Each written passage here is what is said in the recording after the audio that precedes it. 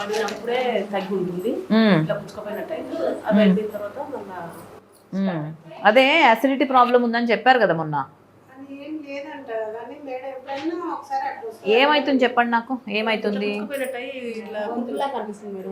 కురుపులాగా చూసుకుంటే అనిపిస్తుంది.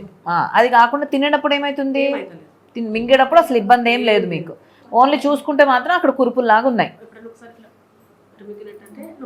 నొప్పిలేస్తుంది. మామూలుగా గుట్టకేస్తుంటే నొప్పిలేస్తుంది కానీ అన్నం తినేటప్పుడు ఏం లేదు. Okay okay.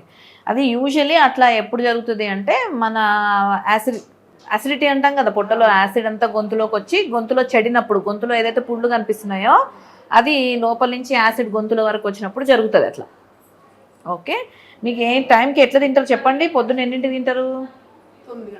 9 కల్లా తింటారా? 9, 10, 11 అవుతుందా? 9 గంటలకల్లా టిఫిన్ తింటారు. మళ్ళీ మధ్యాహ్నం 1:30, మళ్ళీ సాయంత్రం రాత్రి 8 కల్లా తింటారు. ఈ మధ్యలో ఏమైనా ఛాయలు ఎక్కువ తీసుకుంటారమ్మా? పొద్దున్నే లేవడమే ఛాయ్ తాగుతారా? పరగడుపున ఛాయ్ కాఫీ తీసుకోకూడదు, ఏమి తినకుండా ఛాయ్ కాఫీ తీసుకోవద్దు. ఓకే, ఏమన్నా టిఫిన్ కానీ ఏదన్నా తిని ఆ తర్వాత కాఫీ కానీ టీ కానీ తీసుకోవచ్చు, సరేనా? ఫస్ట్ అది. ఆ తర్వాత కారం మసాలా పులుపులు ఎక్కువ తీసుకుంటారా? కొంచెం తగ్గించాలి, కారం పులుపు మసాలాలు ఇవన్నీ కొంచెం తగ్గించాలి. ఓకే, ఎనీవే ఒకసారి గొంతు కూడా లోపల వరకు చూద్దాం మనము, ఎట్లుందో చూసి దాన్ని బట్టి నేను మళ్ళీ మందు, ఇంతకు ముందు కూడా అదే చెప్పినట్టున్నా కదమ్మా.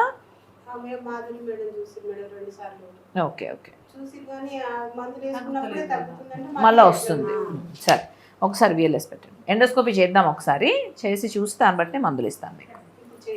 చేయండి.